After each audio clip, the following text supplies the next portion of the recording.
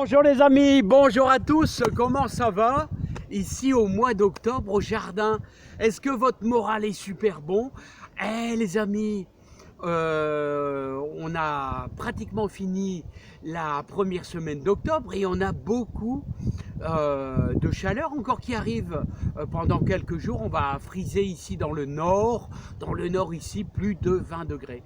Alors qu'est-ce que vous pouvez faire dans le jardin? Eh ben n'oubliez pas, si vous êtes amateur de rhubarbe, d'implanter de la rhubarbe. Alors je vais vous faire voir un peu je vais vous donner quelques conseils sur la rhubarbe. N'oubliez pas, si vous voulez mettre quelques pieds de fraisier là, vous pouvez également mettre quelques pieds de fraisier. Prévoyez un bon sac de fumier de cheval pour vos fraises. Choisissez des variétés remontantes qui vous donneront 2 fois des fraises tout au long de l'année. Voilà, n'oubliez pas de semer des épinards et je vais vous faire voir, on va semer ensemble une petite ligne d'épinards. Voilà, et n'oubliez pas d'enrichir votre compost, de le mouiller un petit peu. Et puis vous pouvez également mettre, il y en a qui vont mettre de l'ail violet, tout ça. Il y en a qui vont mettre des échalotes grises. Ah, c'est la vérité les amis, de l'échalote grise. Voilà, donc allez, je vous invite, on fait le petit tour du jardin et vous allez voir, et je vois que je vais pas manger grand chose au niveau des fraises là, avec notre échelle là. Ouais, je vais pas manger grand chose au niveau des fraises. Alors les amis, pour rendre encore plus tendre et encore plus blanchâtre, vous pouvez lier vos pains de sucre hein, avec une ficelle, tout simplement, vous allez lier. Voilà, comme ça, vous voyez, hop. Et comme ça, on obtient quelque chose de bien blanc à l'intérieur. Voilà, je vais faire un double nœud. Alors, vous ne serrez pas trop fort, mais rien que le fait de faire ça, vous voyez, vous obtenez un beau tubage. Vous pouvez faire la même chose, bien sûr, avec vos scaroles. Vous les liez comme ça, comme ceci. Voilà, avec une ficelle. Vous pouvez bien sûr mettre, comme moi je fais, une toile de jute. Mais sur les pains de sucre, c'est un peu trop volumineux, donc vous pouvez les lier comme ça et vous allez voir, vous allez obtenir une blancheur à l'intérieur et ça sera super bon les amis hein. Voilà, donc ça c'est, vous voyez, c'est facile à faire hein. C'est super facile à faire, voilà, pour avoir du bien blanc à l'intérieur. Alors les amis, vous avez vu que la rhubarbe là, la rhubarbe ici, ça va faire 3 ans qu'elle est ici. Voilà, et ça serait bien de la diviser. Mais pour diviser vos pieds de rhubarbe, je vous dis, attendez quand même le printemps, au mois de mars. Vous savez que ça va faire du bien. Hein. Ici, le pied, là, on a un pied ici. On a ici un gros pied. Et pour avoir de la belle rhubarbe, ça serait bien que je divise ici, vous voyez, en 2. Et cette partie-là va repartir. Voilà, donc un coup de bêche comme ici, mais bon, c'est à faire au printemps. Alors au mois d'octobre, si vous voulez implanter une rhubarbe, n'hésitez pas à leur mettre un petit peu de compost. Voilà, un petit peu de compost pour dire de le lancer. Vous faites un trou de un bon 25 cm, vous mélangez un bon coup du compost ou un bon terreau horticole enrichi, voire un petit peu de fumier de cheval. C'est comme les artichauts. Plus vous allez amender avec des bonnes choses, plus vous allez avoir un beau pied. Voilà, mais là, il commence à fatiguer. Au printemps, ça serait bien que j'en mette un pied ailleurs et vous allez voir qu'il sera beaucoup mieux. Voilà, c'est comme les artichauts, ils aiment bien être divisés. Voilà, allez les amis. Bon, ça, on fera ça, bien sûr, au printemps. Regardez là, ici, la division, juste là. Là, il y a ici un pied. Vous voyez, qui est reparti sur le côté. Et ici, nous avons un pied qui est reparti de ce côté-ci. Donc, ça serait bien de faire une division juste au milieu. Voilà. N'ayez pas peur, la racine va être coupée, mais c'est pas grave. Alors, les amis, le mois d'octobre, un des mois super intéressants, les amis, le mois d'octobre, pour mettre une ligne d'épinards. Voilà, donc j'avais préparé plus ou moins. Alors vous travaillez bien votre terre. Alors l'épinard les amis, semer des épinards au mois d'octobre, c'est l'idéal. Même au mois de septembre, on peut le faire. L'épinard, il aime bien pas mal de fraîcheur, ouais, beaucoup de fraîcheur. Voilà. Et il aime bien aussi l'épinard, une terre bien riche.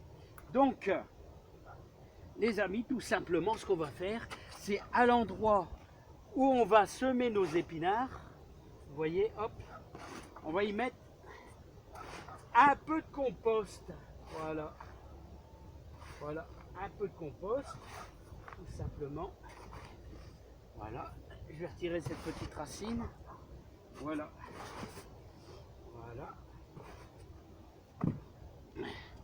On va faire notre sillon, on va mettre nos graines à peu près à 2-3 cm du sol. Voilà. Comme ici. Voilà. Et les amis, je vais rajouter un petit peu de compost dans le sillon. Voilà. Ça fera que du bien. Voilà.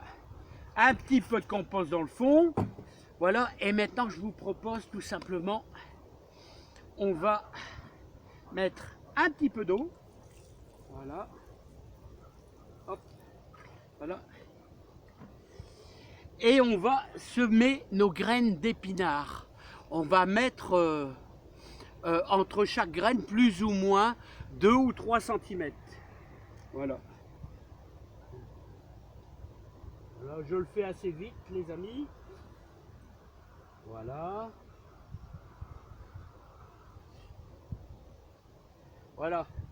Autrement, la vidéo serait super longue. Voilà, maintenant, on va recouvrir nos graines et on va plomber légèrement. Alors les amis, je vous avoue qu'on a presque fini. Alors après avoir arrosé un peu, on va y mettre un petit peu de terreau de horticole, tout simplement. Voilà, on recouvre les graines, tout simplement. Voilà. Comme ceci. Et l'épinard, les amis, il a besoin d'un peu d'humidité. C'est pour ça, vous allez voir qu'il va lever vraiment très très vite. Ça va très vite germer. En 4 ou 5 jours, vous allez voir, ça va le faire facile. Voilà. Voilà, on va tout mettre. Alors, recouvrez vos graines vraiment, 3-4 mm. Voilà, ça suffit amplement. Moi, j'aime bien donner ma petite dose légère, hop, voilà. Alors le sol est déjà bien mouillé et maintenant on va travailler à la toile de jute. On travaille de plus en plus, les amis, avec de la toile de jute. Il faut garder de l'humidité exactement comme la mâche. La mâche, elle a besoin également d'humidité. Et par la suite, vous allez pouvoir également, vous savez, Kiki, marche pas dessus, hein. Marche pas sur mes épinards. Voilà. Je suis un tout petit peu court. Un tout petit peu court. Et par la suite, vous allez pouvoir arroser par-dessus, les amis. Ah, j'ai oublié quelque chose, les amis, j'ai oublié le plombage. Voilà, le plombage. Voilà, le plombage. Pour avoir un bon contact avec le terreau. Voilà, le plombage. Voilà, hop, et on recouvre. Vous pouvez faire ça avec un râteau, hein, les amis. Hein. Voilà, c'est quasiment fini. Alors, et par la suite, vous allez pouvoir, d'ici 2 jours, à nouveau arroser par-dessus, comme ça. Voilà, là, ça aura été bien arrosé. Hein. Voilà, les amis. Alors, les épinards, c'est délicieux. Avec un peu de beurre noisette.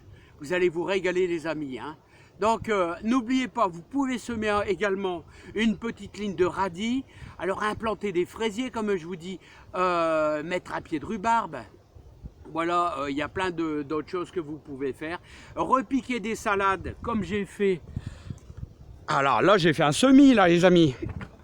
Là, j'ai fait un semis dans une petite serre tunnel. Je ne sais pas si vous la voyez bien. Ouais, normalement, ça doit le faire. Dans la serre tunnel, vous pouvez également faire ça. Vous voyez. Et semer un petit peu d'apia également. Bon les amis, bah, je vous laisse. Il a commencé à y avoir un petit peu de vent, beaucoup de joie, beaucoup de bonheur. Regardez ça, ça sera pour l'automne. Préparez bien votre compost et votre... Bah, moi, je suis très amateur de fumier. Voilà, je vous dis à bientôt. Ah, regardez. Ah ouais, ça pousse encore, hein, les amis, ça pousse encore l'aubergine. Allez, à bientôt les amis. Beaucoup de joie, beaucoup de bonheur, beaucoup de réussite dans votre jardin. Allez, je vous dis à bientôt. Allez, bye bye les amis.